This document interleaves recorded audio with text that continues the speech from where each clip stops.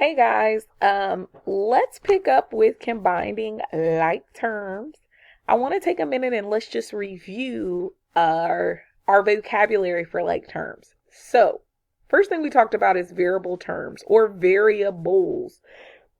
Variable terms have variables with them. So, examples of our variable terms here in this example that they gave us would be 7x, 5x, 4x. Those are our terms that have variables. Constant terms are terms without a variable. So if I look at the example that I have up here, the terms that don't have a variable or that are just a number, those are our constant terms. So in this example, 3 would be a constant term, 8 would be a constant term, and -1 would be a constant term.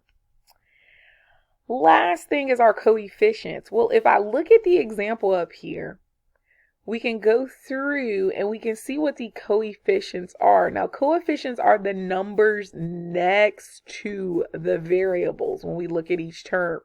So if I look at where all my terms with variables, which are the terms that I had above, I am going to look at the number right in front of them, and those are going to be the coefficients.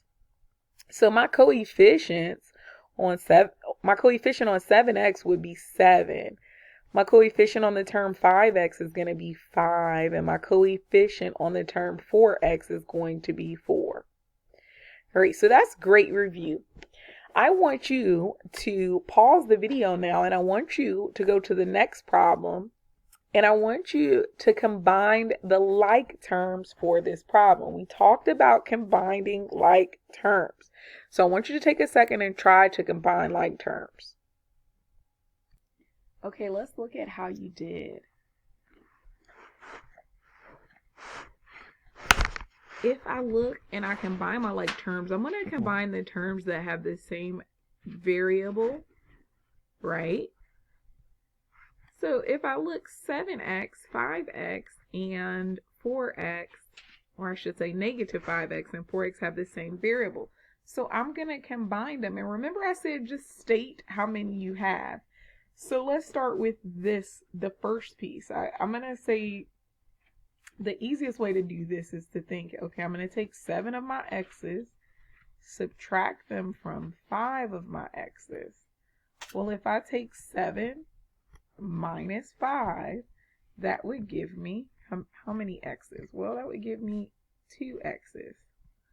Then I still have the 4 x's that I'm going to add to that. So 4 x's. And if I think 2 plus 4, well, my total amount of x's should be 6 x's. So I know my first thing is 6 x. Okay, now I'm going to pick another color for my pen, and let's think about what's left over. Well, remember I said the numbers, or in this case, our constant terms, are always like. So we just have the numbers 3, we have the numbers 8, and we have a -1. So I'm going to go ahead and combine those numbers, and I'll just put a break right here, and I'll write them over here. But I have a 3, and I have a +8, so I'm going to add 8 to that 3. Well, 3 plus 8 is going to be 11. And then I have a -1. Well, I will subtract 1. So that is going to give me a 10. So I add that +10 back into my expression, and I have simplified it. I got a 6x plus 10. Thumbs up if you're doing great and you got it. Thumbs to the side if you see what you did wrong. Thumbs down if you're still confused. All right, awesome. Now, we have been combining like terms with the same variables only. But remember I told you that terms with the same variable and the same exponents were also like terms. Okay, so we're going to practice combining like terms with exponents. Now the key to this, guys, is terms with the same exponents or combination of variables and exponents.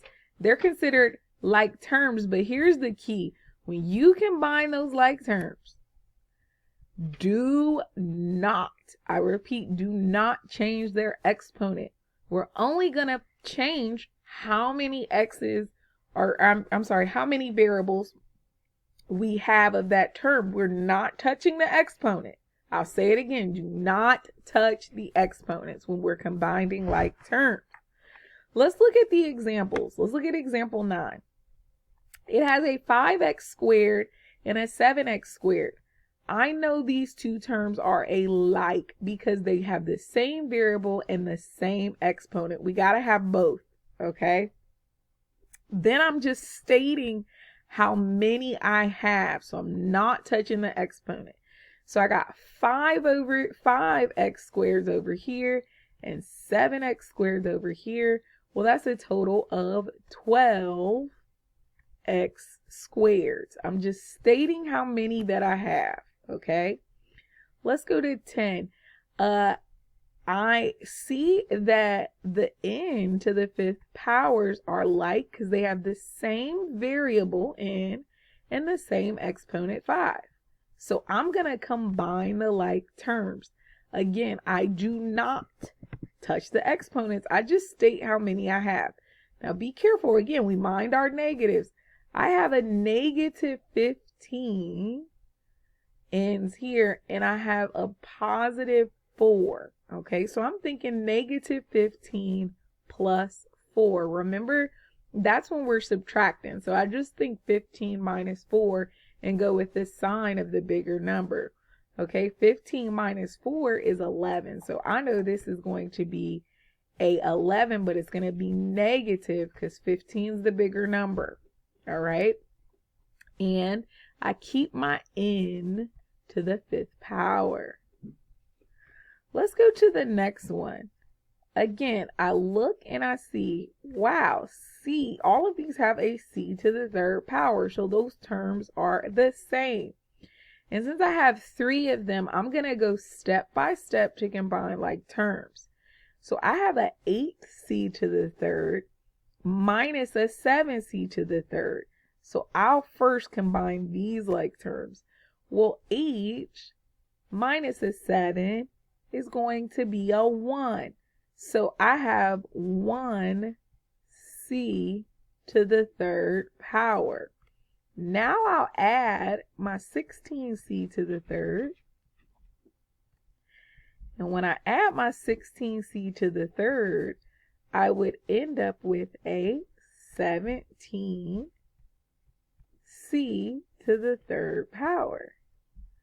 So I combine like terms as 17c to the 3rd power. All right, let's look at 12. 12. Ooh, look at 12. I gotta be careful. I see a 8k squared and I see a k. Now listen, is k squared and k, are those like terms? And you should be shaking your head, okay? They have to have the same variable, but also the same exponent. So the only like term with k squared is the other k squared term. So I got an 8k squared and I have a negative k squared, okay? Again, I'm just going to combine those together, and I like to write them with each other, okay? So I take my 8k squared minus my 2k squared. And when I do that, I'm just thinking 8 minus 2. Well, 8 minus 2 is 6. So I know this is 6k squared.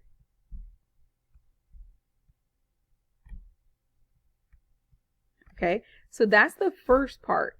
I'll write that at the top. I know 6k squared is the like terms with my k's, k squared. Now I got to combine my k's. Well, my k's our A, and look at this. Even though it doesn't have a number in front, I know I just have one of them. Okay, so that's a negative 1K. And I keep that. I make sure I mind my negative signs. I keep my negative signs with the term. So that's a negative 1K because it's only one. Over here, I got a negative 5K. Uh-oh. This is when I'm subtracting, right? So this is me. I'm thinking Miss Bennett's going to do a keep, change. Okay. So I want to rewrite this. Miss Bennett's going to rewrite this down here using keep, change. I'm going to keep negative 1K the same. I'm going to change this subtraction to addition. And then I'm going to change this addition to subtraction. Okay, that looks much better for Miss Bennett. So Miss Bennett knows that all she's doing is just subtracting two numbers, right? So I know my value is going to be, and I know subtracting two negative numbers is just addition, and I keep it negative, right? So I know that I have a negative 6K, okay? Negative 6K. A negative 1K plus a negative 5K is just a negative 6K. So I'm going to write that up with my answer. So I got a 6K squared and a negative 6K. And then I have my last part, which is my constant term. I'm not going to forget about this. That plus 7. I have to write that at the end. So I am going to put that at the end, and I have combined like terms. Plus 7. 6K squared minus 6K plus 7. All right, let's look at our next examples. Our next examples, we have a negative 4A squared B plus 7 plus 10A squared B. Again, I look, even though these have two variables, I know the terms are exactly the same because they both have an A squared B. So I'll write it together. A negative 4A squared B plus 10A squared B. And I don't care about the A squared B part. I only care about how many I have. Well, again, I got a negative 4 plus a 10. I know this is when I subtract the numbers, right? So I'm thinking 10 minus 4. Well, that's 6. That's positive 6. So I would have a 6A squared B. Okay, so I'm going to write that in my answer, but I'm not going to forget that I have my constant term up here. I got my constant term. My constant term is 7, so this would be a plus 7. So 6A squared B plus 7. Let's look at our next one.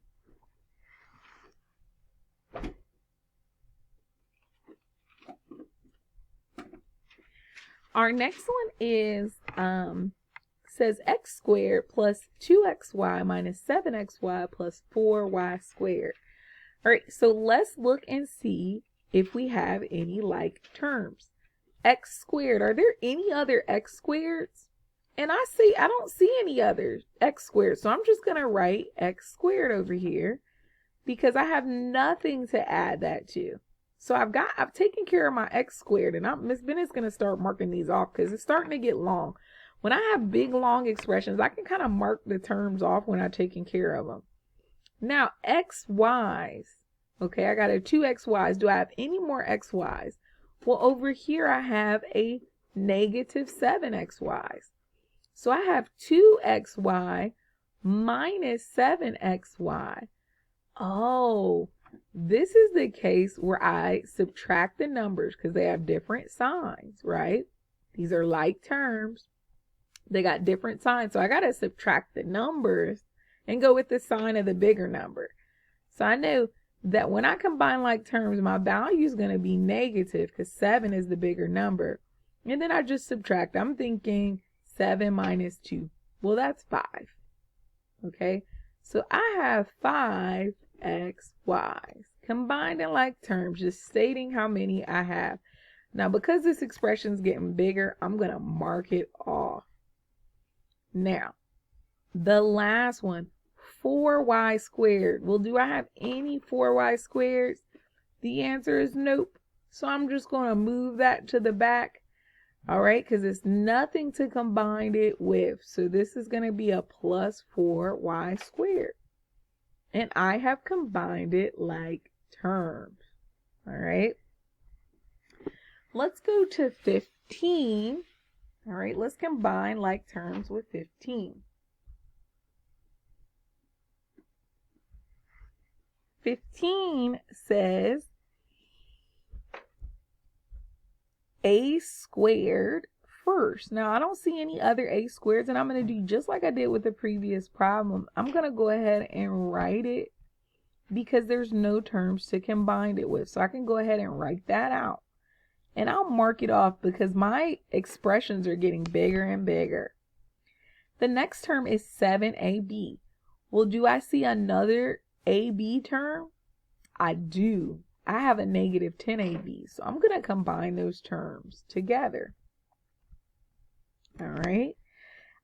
This is again where I'm subtracting and I go with the sign of the bigger number. So I'm thinking that my answer has to be negative because 10's the bigger number. And then I'll subtract those numbers. 10 minus 7 is just 3. So I know this is minus 3ab. I've taken care of my ab's. Those are gone. Now I see the b squared. Well, there's no like term to add b squared with. So I'm just going to write it down with my expression. My simplified expression. There we go. So I know my answer is a squared minus 3ab plus b squared. All right, guys, the last one. This is a long one, but I want you to take a minute and try to do it yourself. All right, guys, did you get what I got? Or did you end up with this? X squared minus 13 plus 10x. All right, let's talk about the order of these terms. Your answer is correct, as well as Miss Bennett's answer. Miss Bennett just wanted to order her terms in what's called standard form. And we're going to talk about standard form later on. But all standard form means is that I'm going to take my terms and put them in order by their exponent. Okay, so Miss Bennett is looking at this, and what she wants to do is she noticed that everything has an x except for this constant term. So she puts the x with the highest exponent first. Okay, she puts that term first. So notice I put my x squared first. Then I went and I took the next highest exponent, which would be my x to the first power. I put that second, and then I put my constant term last. Okay, so I just like to take it and order it by the exponents. That's called standard form. All right, but if you got the x squared minus 13 plus 10x, that means that you got it right. Hey guys, we're going to talk about perimeter. Okay, so let's put this in a real life context. Say I wanted to measure the space in our classroom. And if I look at the classroom, there are sides that are similar. They have similar distance, right? Well, I can use my combining of like terms in order to measure spaces, okay? We're going to put this into the context of perimeter. Perimeter is measuring the distance around. So I take all the sides of a space and I add them together, okay? So it's adding all sides together. You add all the sides. That's what perimeter means. Add the sides of the shape. So if we were in our classroom and we were using this concept of like terms to measure our classroom. Now understand, we don't know what the distance is of the classroom, so we would use a variable for each side of the class, okay? Number 19, we'll do that first because this looks kind of like our classroom. Now, I don't know what the distance is of the front of the classroom and the back and the sides, but I can use a variable, and in this case, we use 3y minus 5 to represent the front. And we look and I see that the back has the same distance. So I can also say that 3y minus 5 represents the back. If I look to the left and right of my class, we notice that they have the same distance. So they told us that the left is y plus 2. So I know the right has to also be y plus 2. And if I want to add all this together or find the perimeter, I would just put all of these expressions together in one big addition statement, right? So let's start with the front and back, okay? So the front is 3y minus 5.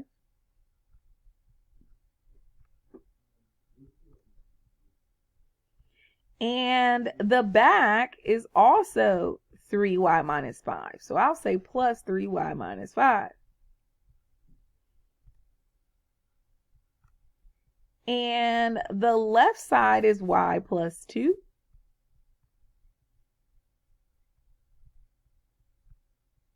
So I'm just adding that on. And the right side, I'm also going to add that y plus 2. And now I have this huge statement. I have this huge statement of a bunch of expressions, or this huge expression, I'm sorry, of a bunch of like terms that I can combine together. All right. Notice the like terms that I see are the y's. 3y, a 3y here, a y here, and a y here. So let's combine those like terms. A 3y plus a 3y, well, how many y's is that? Well, that is 6 y's. Okay, so I'm going to write 6 y's. Well, if I add another y on there, that's 7 y's. So plus another y is going to give me 7 y's. And then if I add another y, that's going to give me 8 y's. So the total amount of y's I have is 8 y's. All right, now I got all my y's taken care of, so I'm going to mark those out. I'm just going to combine my constant terms. Well, my constant terms, I got a minus 5y. Now, if I look at my constant terms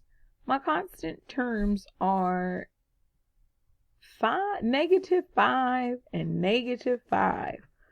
Okay, so those are the first two. Well, if I got two negative values, right, negative 5 and a negative 5, that's just going to give me a negative 10. Okay, two negatives make a bigger negative. That's negative 10. So I got a negative 10. And then I got to think about over here. What do I have? Well, I have a positive 2 and another positive 2. Well, a 2 plus a 2 is 4, right? So I'm going to put that with my positive 10. So I would have a negative 10 plus 4. Well, negative 10 plus 4 is negative 6, right? I subtract the numbers and go with the sign of the bigger number. Well, I want to put my expression together to make it simple. So when I talk about this perimeter of our classroom, or I'll say P, okay, perimeter is going to equal this expression together, this simplified expression after I've combined like terms. It's going to be 8y minus 6. Combining like terms. Woo! All right, guys, let's try the perimeter of a triangle. All right, we're going to see, okay, we got a triangle. We want to see the distance of that triangle, and we don't know what the length is.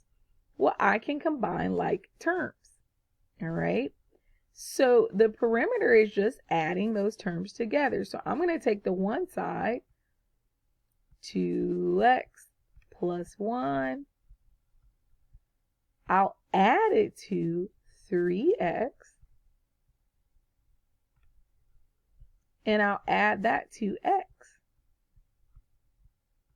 And now I'm just going to combine my like terms. Well, let's think about how many x's we have. I have a 2x, a 3x, and an x. A 2x and a 3x, well, 2 plus 3 is 5, and then another x would be 6. So I have a 6x.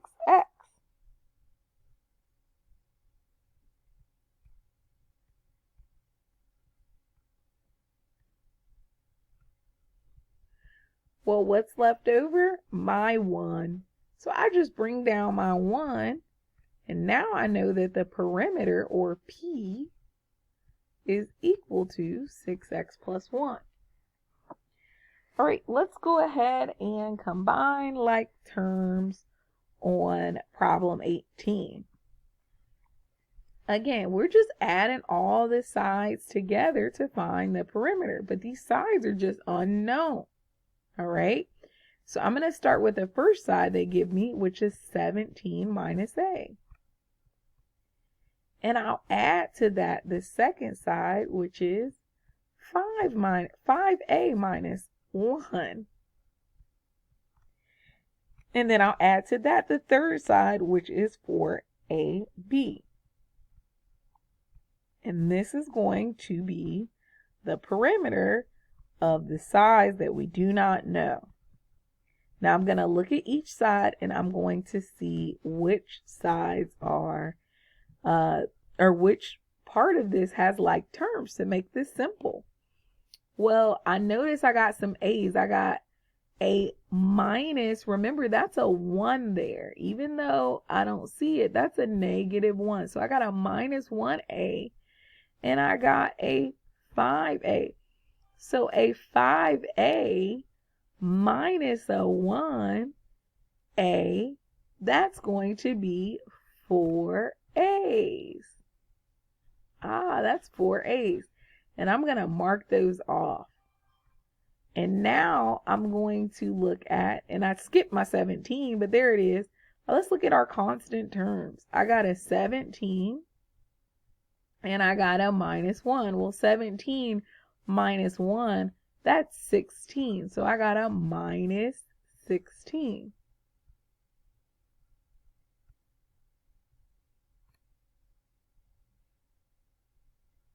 Now I'm left with the plus 4ab.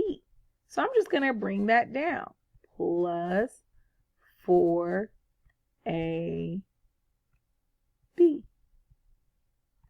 So I know my perimeter is equal to 4a minus 16 plus 4ab.